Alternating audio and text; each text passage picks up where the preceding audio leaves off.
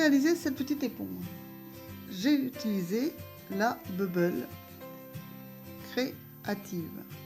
Je ne sais pas si vous voyez bien. Donc cette laine-là, je l'ai commandée sur internet parce que je n'en trouvais pas dans le commerce par chez moi. Je l'ai commandée sur Amazon, il me semble, parce que j'ai fouiné un peu sur plusieurs sites. Et l'expéditeur, c'est Wolle Créative. W-O-L-L-E, Créative avec un K. Et ça vient d'Allemagne. Voilà. Donc, je vais vous montrer l'emballage, je l'ai encore, là, je viens de la sortir. Voilà. Voilà l'expéditeur. Hein, où j'ai commandé cette petite laine, où je l'ai reçue très rapidement. Et j'ai commandé qu'une seule pelote pour voir ce que ça donnait. Voilà. Pour tricoter cette petite éponge. Alors, c'est le même principe que pour les disques à démaquiller en fait. J'ai l'intention de ne plus acheter ce genre d'éponge. Alors oui, elle est très vieille. Elle est très sale. Car elle vient de dessous mon ailier. C'est une vieille éponge que j'ai retrouvée d'ailleurs, elle est toute petite. Maintenant, j'utilise plus déjà ces éponges-là. J'utilise les chiffons microfibres pour nettoyer la table, les sanitaires, enfin tout, toute la maison. Bien sûr, j'ai une couleur pour chaque pièce. Hein. Forcément, je vais pas nettoyer avec la même lavette les toilettes et puis l'évier ou la table de la cuisine. Hein. On se comprend, hein, voilà. Donc ça c'est super bien, mais c'est très grand. C'est très grand parce que quand je veux essuyer ma table, je suis obligée de la replier en 4 comme ça, version éponge. Vous voyez ce que je veux dire, avec du liquide vaisselle bien sûr et mouillé pour nettoyer. Donc je me suis dit je vais me tricoter ce genre de petite éponge, surtout pour la table en fait. C'est pour la vaisselle et puis pourquoi pas pour la vaisselle aussi, parce que pour la vaisselle j'en utilise une comme ça mais elle est pas lisse, hein. Elle a comme des rayures exprès pour vaisselle qui accrochent super bien. Et puis pour mes casseroles en inox, j'ai le bon traditionnel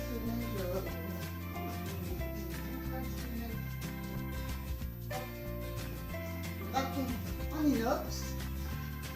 Voilà, le bon traditionnel graton en inox que tout le monde connaît, mais ça on peut l'utiliser que sur les casseroles en inox, hein, parce que sinon nos plaques vitrocéramiques ou les poêles Tefal n'apprécient pas du tout. Donc, alors que ça, c'est nickel. Sauf que voilà, vous voyez, pour celle de ma cuisine, elle est comme ça. C'est fait exprès. C'est une microfibre pour la vaisselle. Voilà. Ce que j'utilise habituellement. Et donc, j'avais l'intention de faire une petite éponge, parce qu'il y a beaucoup de gens qui font des éponges, et je trouve ça super pratique. Grand truc comme ça. Vous voyez, parce qu'elles sont vraiment très grandes, mes microfibres. Pour nettoyer ma table. Donc voilà, j'ai déjà fait un gabarit, la taille d'une éponge, parce que moi j'ai envie que mon éponge ressemble à une éponge, parce qu'on voit souvent des personnes qui font des éponges, mais alors c'est en forme de fruits, hein, pastèque et compagnie, ou alors en forme de fleurs. Je vois pas trop l'intérêt. Il faut essuyer la table, moi j'aime bien avoir, voilà, ce genre de choses, et on essuie notre table traditionnellement. Donc voilà, donc j'ai fait mon petit gabarit en laine ordinaire et puis eh bien on va s'attaquer. Alors je pense que vous pouvez aussi la faire avec du coton 100% coton qui peut se laver à 60 parce que cette laine là, voilà pourquoi je l'ai prise, parce qu'elle se lave à 60 hein. Donc on peut voir ici, je sais pas si vous voyez bien parce qu'il y a du reflet, mais elle se lave à 60 en machine, donc elle est vraiment bien. Ce crochet au crochet numéro 4, donc forcément il nous faudra un crochet numéro 4, une aiguille à laine et une paire de ciseaux. Donc et bien c'est parti pour cette petite éponge en forme d'éponge traditionnelle bien sûr. Allez, bah c'est parti les amis pour les explications. Alors, j'ai rien préparé pour mon petit gabarit, vous voyez que j'avais fait en laine, que d'ailleurs je pense que je vais garder. parce qu'elle se lave en machine, donc c'est bien pratique pour... je n'utiliserai pas pour faire ma vaisselle avec, hein, mais je pense juste pour nettoyer la table ou je verrai. À l'usage, au pire, après, va partir à la poubelle, hein, si vraiment ça ne se nettoie pas. Contrairement à celle-ci, de la Bubble, qui est bien pratique, car elle se lave à 60. Et plus hygiénique aussi. Donc voilà, donc comme d'habitude, on prend notre petit fil, on fait notre petite croix, crochet numéro 4, je passe en dessous, je passe au-dessus. Donc je prends vraiment le crochet qui est noté sur cette sur cette pelote de laine, et puis je verrai ce que ça donne. Je vous dirai les avantages et les inconvénients après, parce que là, c'est en direct. Hop, voilà. Donc, et ben là, on va déjà monter une chaînette de 18 mailles. Donc, on a 1, 2, 3, 4, 5, 6, 7, 8, 9, 10, 11, 12, 13, 14, 15, 16, 17, 18. Voilà. Donc 18, on est là. Je vais faire 2 mailles en l'air. 1, 2. Donc, ah oui, pour les débutants, c'est bien d'avoir aussi un petit marqueur. Je ne l'avais pas dit dans mes explications et je vais les mettre pour vous montrer. Surtout, c'est pour pas oublier une maille au début ou à la fin. Donc, si vous n'avez pas de marqueur, vous pouvez utiliser un petit morceau de laine. Ça fait le même office. Surtout, c'est pour pas oublier la première et la dernière maille. Et que vous ayez toujours bien vos 18 mailles toute la longueur. Alors, 18 mailles, oh, c'est marrant, cette laine, elle est élastique un peu. Hein. C'est rigolo. Alors, par rapport à celle-ci, que j'ai crochetée aussi en 4, bon, ça fait à peu près la même longueur, j'ai l'impression. Hein. Donc, je vais rester sur 18. Voilà. J'ai fait mes 2 mailles. Donc là, je vais faire mon jeté. Je pique pas dans la première. Je sais pas si vous voyez bien. Je vais piquer dans la deuxième. Ici, là. Hop. Voilà. Et on va faire une demi-bride. Voilà.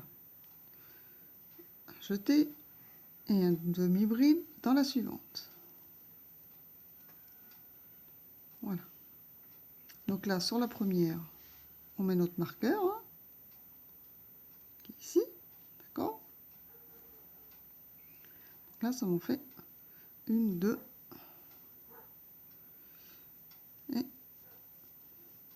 Et on fait une demi-bride sur chacune des mailles de la chaînette. Donc ça, c'est pas compliqué. Hein. Une demi-bride, si on fait un jeté, on pique dans cette maille, on tire notre fil. Donc du coup, on en a 3. Un jeté, on passe dans les 3 brins. Voilà, c'est ça, c'est une demi-bride. Donc ben, on fait ça jusqu'au bout.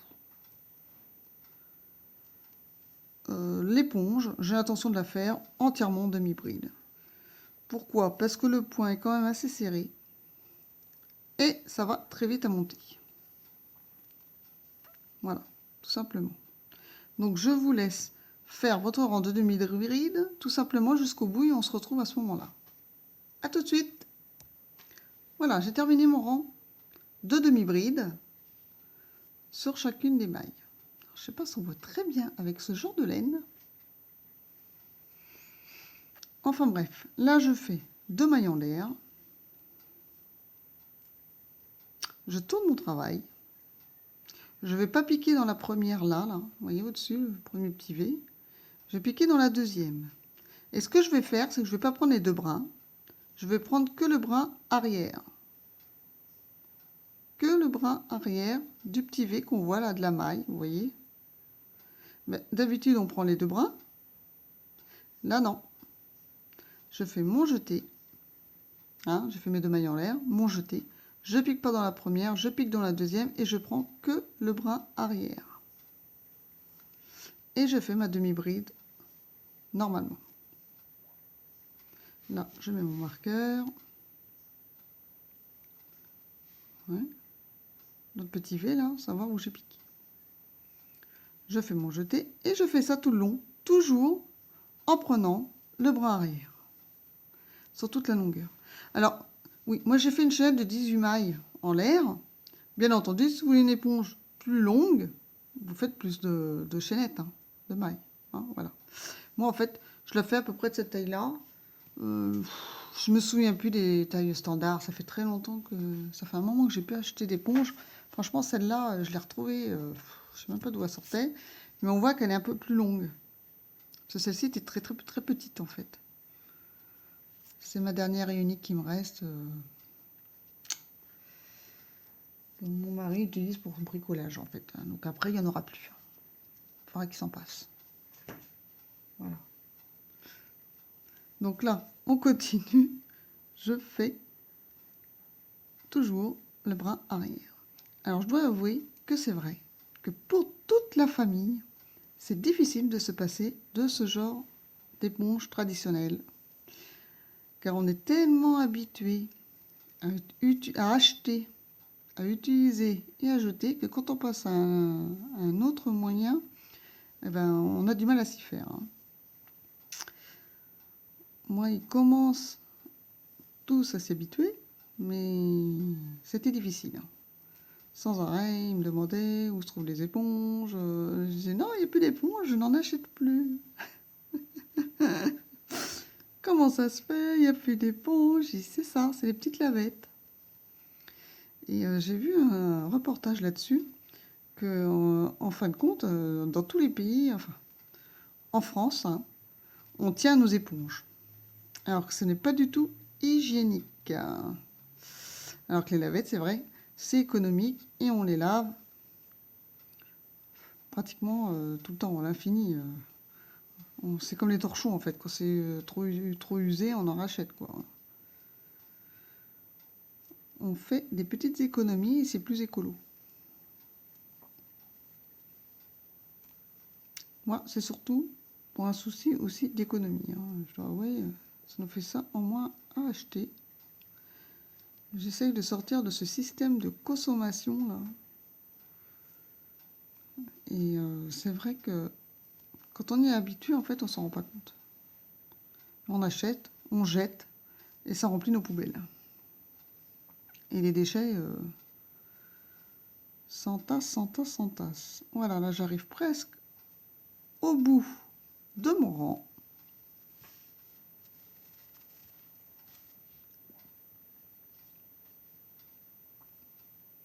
Et là on voit bien, là où il y avait le marqueur, hop, je prends le bras arrière. Hein.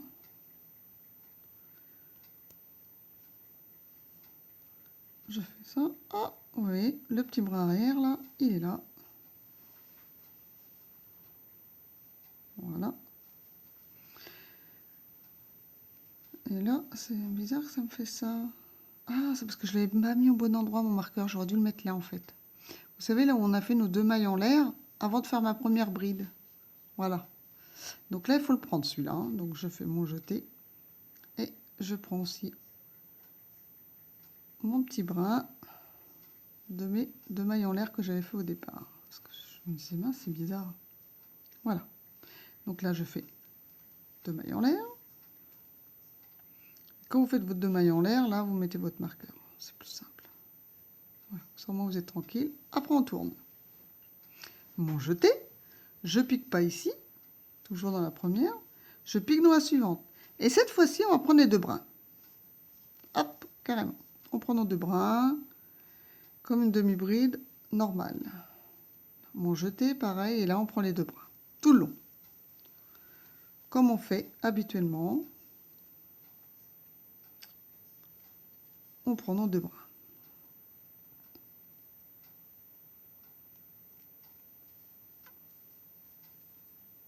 Tout le long.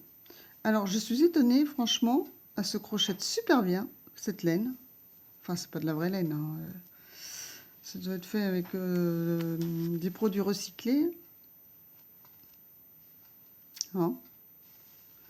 Mais elle se crochette super bien. Je pensais pas qu'elle se crochetterait aussi bien. Franchement,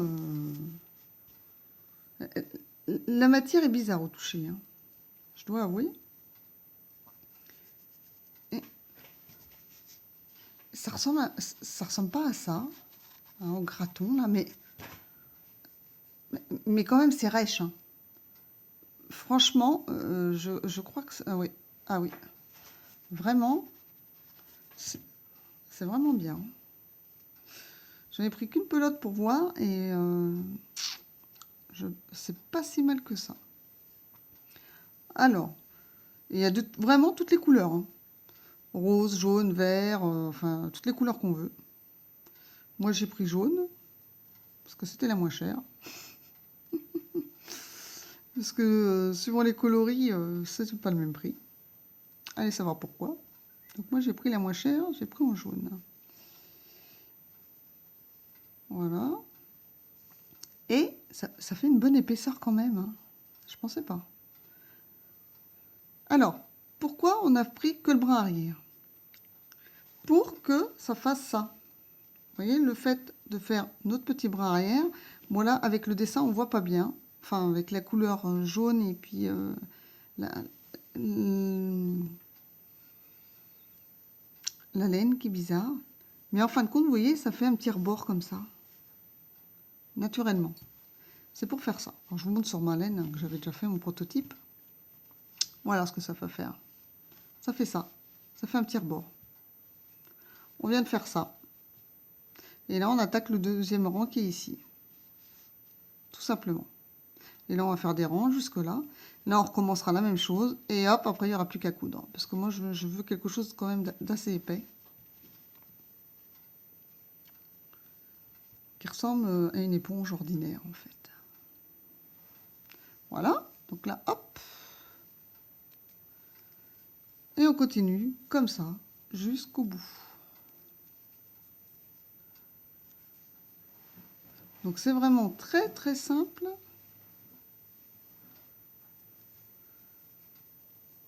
Très très simple. Donc même si vous avez du coton en rave, je pense qu'on peut le faire avec du coton. Il n'y a pas de souci. Qui se lave aussi à 60 ou même plus, hein. Regardez les étiquettes, voilà. Donc là on arrive au niveau de notre marqueur. Comme ça on n'oublie pas cette maille là. Hop, je le retire. Je fais mon jeté. Et je passe ici. Je fais mes 2 mailles en l'air. 1, 2. Je mets mon marqueur dans ma deuxième. Donc là, on a fait notre premier rang, hein, ordinaire. Après, vous voyez, notre petit... Vous voyez, ça fait ça. La forme, là, tout de suite, étant donné qu'on avait pris la maille arrière, et bien tout de suite, ça bouge. Voilà. On a notre petit rebord comme ça.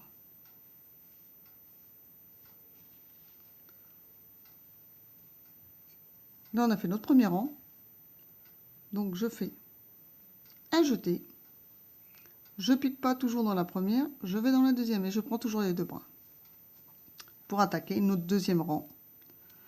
Après, notre rang, on avait pris qu'un brin, hein. Le premier rang, on n'avait pris qu'un brin. Là, c'est notre deuxième rang de demi-bride normale où on prend les 2 brins. Voilà. Donc là, eh ben, on va continuer comme ça pendant 7 rangs. Là, j'ai fait mon premier rang, je fais mon deuxième. Donc, je vous laisse continuer comme ça pendant 7 rangs, hein, en n'oubliant pas à la fin de faire votre bride ici. Comme ça, vous avez toujours le même nombre de brides et votre travail est bien droit. Hein, on n'oublie pas de faire notre bride au bout. On fait 2 mailles en l'air, on tourne, et quand on tourne, on ne pique pas dans la première là, on pique dans celle d'à côté. Et comme ça, votre travail sera droit, comme j'ai fait là. Hein, voilà. Donc là, on est là. Donc je vous laisse continuer comme ça pendant 7 rangs. Vous voyez, là, j'ai fait 1, 2, 3, 4, 5, 6, 7. 7 rangs.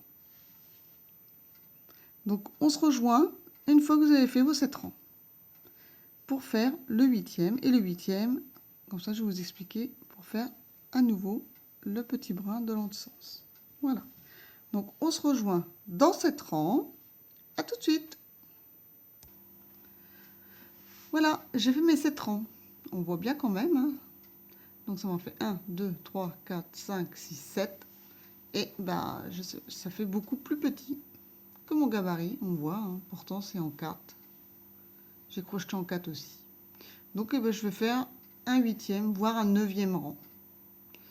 Donc je fais peut-être... donc vous, si la largeur vous convient, vous pouvez arrêter. Mais si, comme moi, vous voulez faire un ou deux rangs de plus, moi, je vais déjà en faire un. Et si ça ne me convient pas, je ferai peut-être un deuxième. Hein. Voilà, bah à tout de suite. Voilà, alors du coup, bah, j'ai fait 9 rangs. Donc là, on voit, c'est notre petit rebord, vous voyez là. Voilà, qui fait comme ça. Après, le premier rang qu'on a fait en prenant nos deux là. Donc j'en ai fait 1, 2, 3, 4, 5, 6, 7, 8, 9. Voilà, voilà j'ai fait mes 9 rangs. Donc là, eh ben, je fais mes 2 mailles en l'air. Je tourne. Jeter, comme d'habitude, je pique pas là, je pique dans la deuxième. Et là, on va faire comme on avait fait en bas, là, pour faire ce petit rebord.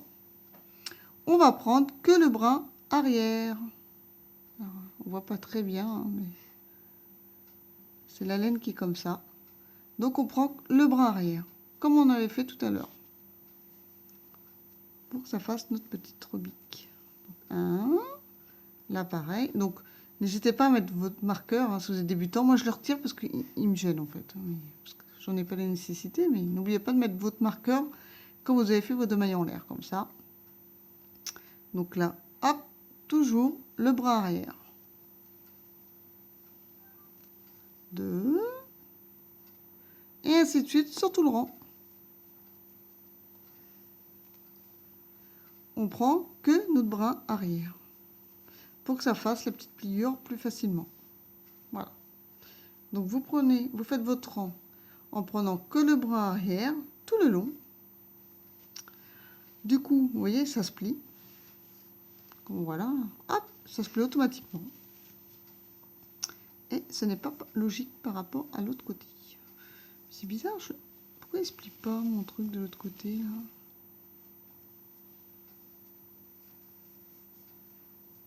Ah, j'ai oublié de le faire, peut-être bien quand j'ai... Oui, parce qu'hors caméra, à un moment donné, je l'avais défait et je l'avais refait.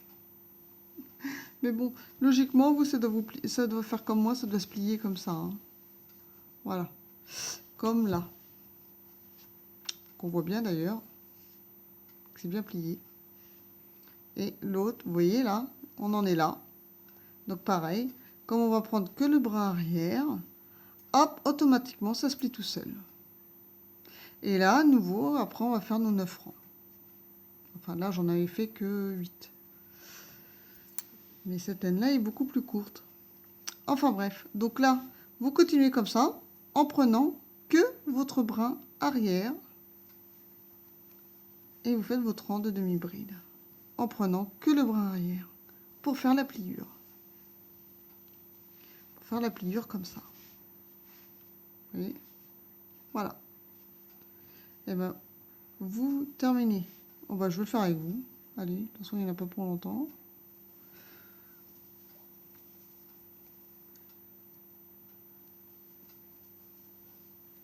Voilà.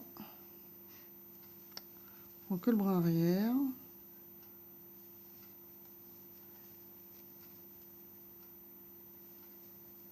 Donc si vous la voulez plus large, ben voilà, vous faites comme moi, vous faites des rangs supplémentaires.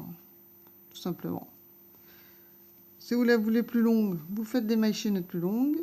Si vous voulez que votre éponge soit plus large, et bien vous faites des rangs plus larges avant de faire ce rang-là. Hein, le rang de la pliure, là, en prenant que le bras arrière. Qui fait que ça se plie tout seul. Malgré que, en fait, là, en fin de compte, elle a du mal à se plier parce que c'est les petits poils. Hein. Il faut vraiment que je fasse ça, voilà. Qu'on voit la pliure. Parce que c'est la matière, mine de rien, juste une épaisseur, c'est déjà bien épais. Hein, avec les petits poils. Franchement, j'en suis très contente. Je sais pas avec le temps ce que ça va donner à l'usage. Mais déjà là, ça fait déjà une bonne épaisseur, je trouve.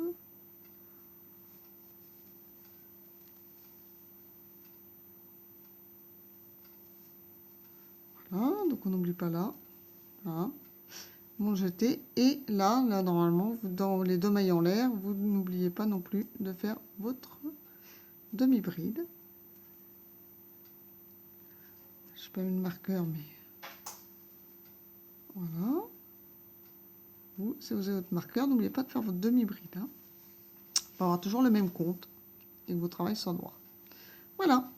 Donc là, j'ai terminé sur ma petite maille du bras arrière. Donc là, je fais toujours mes 2 mailles en l'air comme d'habitude.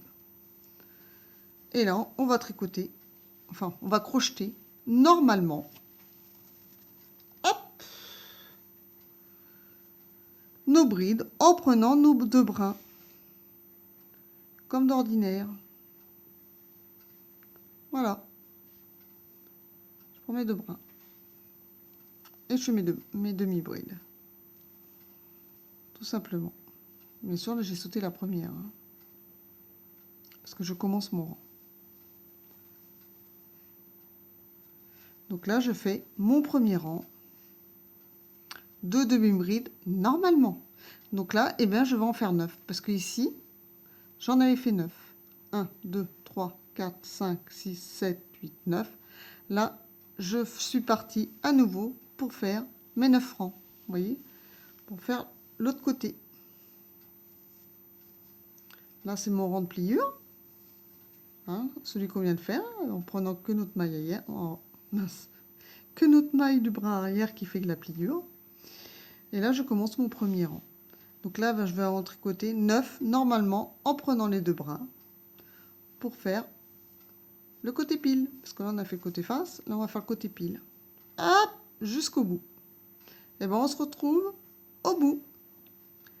Une fois que on a terminé nos 9 rangs, ou vous 8 ou 12 si vous voulez que ce soit plus large. Hein, c'est au choix. Et bien, tout de suite. À tout à l'heure, quand vous avez fini vos 9 rangs, ou plus ou moins, selon la largeur que vous vouliez faire. Hein, à tout de suite. Voilà, donc j'ai allumé, hein, désolé, mais là, maintenant il fait jour tôt. Hein. Donc voilà, j'ai fait mes 9 rangs. Donc là, tout simplement, je passe mon fil dans mon crochet. Hop, et je vais garder une bonne longueur pour pouvoir faire la couture tout autour de mon éponge. Voilà, je pense que ça devrait suffire. Voilà, je tire. Alors, je suis agréablement surprise. Je ne m'attendais pas à ce que ce soit aussi agréable à crocheter. Franchement, donc là, je passe mon fil dans ma boucle pour arrêter. Comme d'habitude. Bon, là, c'est un peu plus difficile, on va dire. Voilà. Et je serre. Et vous voyez, avec notre petit rang, là, comme j'expliquais, ça se plie tout seul. Voilà. Et l'autre avec le petit rebord, comme ça. Donc, eh bien, on va coudre tout le long. Là, là, et ce côté-là. Et franchement, l'épaisseur et tout, je suis agréablement surprise. Je suis très contente. Le résultat, vraiment, je ne m'attendais pas à un résultat comme ça. C'est vraiment chouette. Et franchement, l'aspect grattant a l'air bien aussi. Là, alors voilà, hop. On prend le fil. Et puis bien sûr, comme d'habitude, on fait notre couture. Ça ne change pas. Voilà. Donc là, on est là. Ce petit fil-là, je le cacherai après parce que de toute façon, je vais l'utiliser pour faire ma couture de ce côté. Il me faudra un autre morceau. Donc, on se met bord à bord. Et tout simplement, on passe notre aiguille dans le premier brin. Hein, voilà. En face les uns des autres.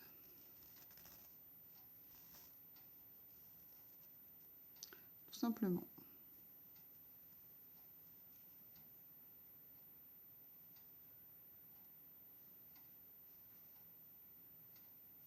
Alors, je suis où là? J'étais là, donc je vais là. Hop. Voilà.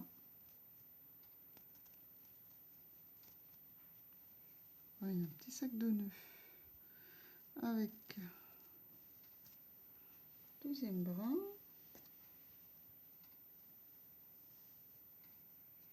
Voilà, donc on les met bien en face. Voilà. Et on fait les coutures.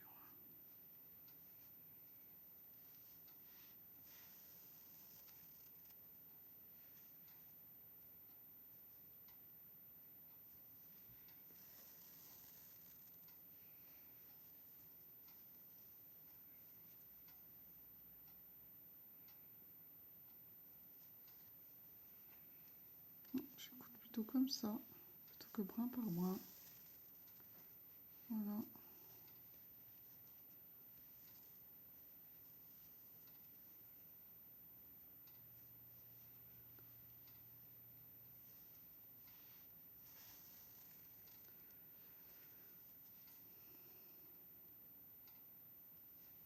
Donc vous avez compris le système. Hein. Donc on fait ça. Tout le long. Hop, jusqu'ici. Après, ben, je vais refaire un nœud avec ma ficelle ici. Et puis je ferai la même chose là, sur l'autre bord. Voilà. Donc je vous laisse faire les coutures comme moi jusqu'au bout sur le côté là. Ensuite, ceci. Ou alors, il y a des gens, ils laissent cette ouverture là. Et vous pouvez mettre votre main dedans pour essuyer la table. Moi, je préfère que tout soit fermé. Comme une vraie éponge. Voilà. Donc à tout de suite. On se retrouve à la fin. Voilà, donc là, j'arrive au bout. Bah, je continue. Tout simplement. Je suis bord à bord. Je passe dans les deux. Hop. Et je tire. Voilà. Hop et hop. Donc on se retrouve au bout. Voilà, j'arrive au bout. Donc là, bah, hop, je passe mon fil dans la dernière boucle, comme d'habitude. Je tire bien. Et là, je vais faire 2-3 rangs comme ça, dans l'autre sens, avant de couper mon fil. Cela, vu la matière, on n'y voit rien. Il n'y a pas besoin de cacher quelque chose. De toute façon, ça se cache automatiquement. Voilà, donc là, hop, je coupe. Là, bah, je vais la retourner comme une chaussette.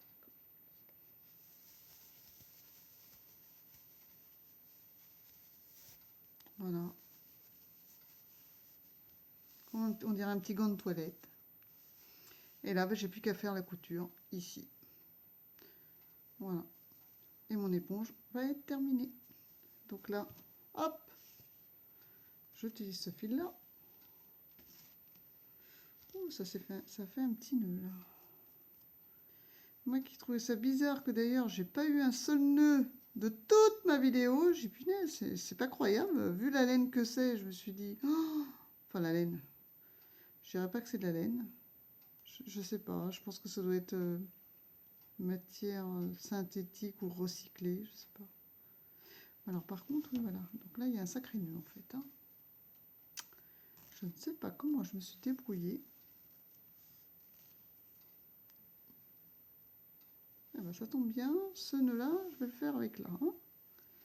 Couper le bout là, quand même. Voilà. Donc là, je me rattache à la petite queue qu'il y avait. Le petit fil qu'il y avait au départ.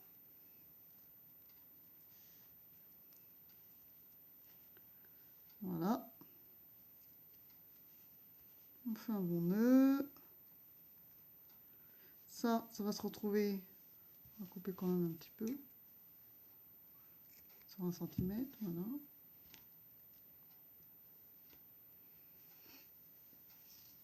Du coup, ce fil, je mets mon aiguille à l'intérieur pour que le nœud se retrouve à l'intérieur. Vous voyez, hop, et voilà. Et là, il va aller à l'intérieur. Et là, il n'y a plus qu'à faire notre couture.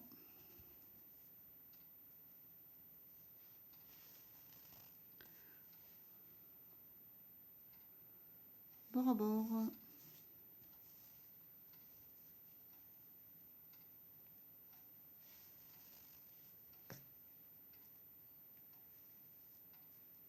Tac, il y a un trou là. Ah, oui. Je vais récupérer plus bas. Voilà.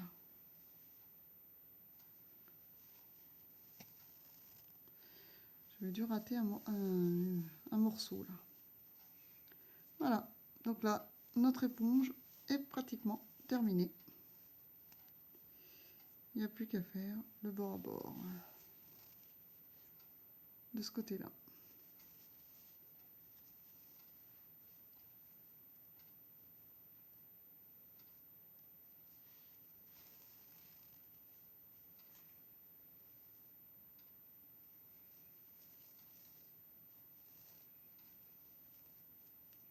Donc je vous laisse terminer comme moi. Jusqu'au bout et on se retrouve. À tout de suite. Voilà, arrive au bout, donc forcément je passe mon aiguille. Hop, dans la dernière boucle. Je tire bien. Voilà. J'ai plus qu'à passer mon fil au milieu. On ressort là, voilà, où on veut. Où on veut. Et on coupe. Alors comme d'hab, j'en ai pris encore une longueur perpète les oies. Comme d'habitude. Encore 1 mètre au moins. Voilà, ma petite éponge terminée. Alors, eh bien, je vais la laver à 60. Et je vais vous faire un retour dessus. Pour vous dire ce que j'en pense. Coucou les amis. Alors, un petit retour sur cette éponge. Hein, là, ça va faire plus d'1 mois que je les utilise. Je les lave à 60 et elle ne bouge pas. Franchement, c'est nickel. Vous voyez, celle-ci, ben, je l'ai lavée. Elle même séchée. Elle est bien. Celle-ci, que j'utilise encore pour la cuisine, vous pouvez voir, elle est sale. Voilà. Elle va passer à la machine. Alors, je les lave 1 fois par semaine à peu près. Donc, j'en ai fait plusieurs, bien entendu. Avec une pelote, j'en ai fait, je sais plus, je crois que c'est 2,5 ou 3. Je me souviens. Enfin, ça fait un compte à pair. Mais, du coup, étant donné que je suis fan et ma petite famille aussi, ouais, comme je viens de dire, en plus, vous voyez, j'utilise même pour faire de la vaisselle. C'est top. J'en suis très contente. Du coup, ben, j'ai acheté des roses. Voilà. Neuve. Voilà. Et usagées. Alors, c'est vrai qu'à force, bah, j'ai l'impression qu'il y a un petit peu moins de poils, mais je pense que plutôt les poils sont collés. Parce que j'ai rien vu dans mon linge qui est parti. Franchement, c'est trop top. Et l'effet grattant est vraiment bien. Donc, j'en ai fait. Du coup, j'ai racheté une pelote de roses. Je vais en faire des roses qui sont destinées pour les sanitaires. Parce que là, voilà, hein, ça sera pour la cuisine, les sanitaires. Et j'ai même une pelote de bleu que j'ai pas encore commencé. Donc franchement, elles sont top. Ça se lave à 60 et ça bouge pas.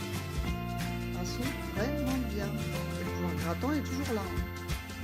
Franchement, oui, je l'utilise même pour la vaisselle. J'en suis très très contente. Je ne m'arrête plus. Je ne m'arrête plus. Enfin voilà. Donc, étant donné que je les lave 1 fois par semaine ou un peu moins parfois, au bout de 4 jours, je vois qu'elles sont vraiment trop sales et puis qu'elles sentent. Hein. Forcément, c'est comme une vraie éponge, hein, ça sent pas très bon. Hop, je la fous au sale, j'en prends une autre. Voilà, tout simplement. Comme celle-ci, là, et celle-ci, elle va aller au sac direct. Hein. Et je vais mettre la propre à la place. Franchement, j'en suis trop contente. C'est pour ça que j'en fais d'autres. J'en suis vraiment très heureuse. Alors j'espère que cette petite vidéo vous a plu. Que n'hésitez pas. Franchement, moi je trouve ça top. Et je pense que je vais en faire même plus que ça et je ferai des petits cadeaux de Noël avec. Voilà.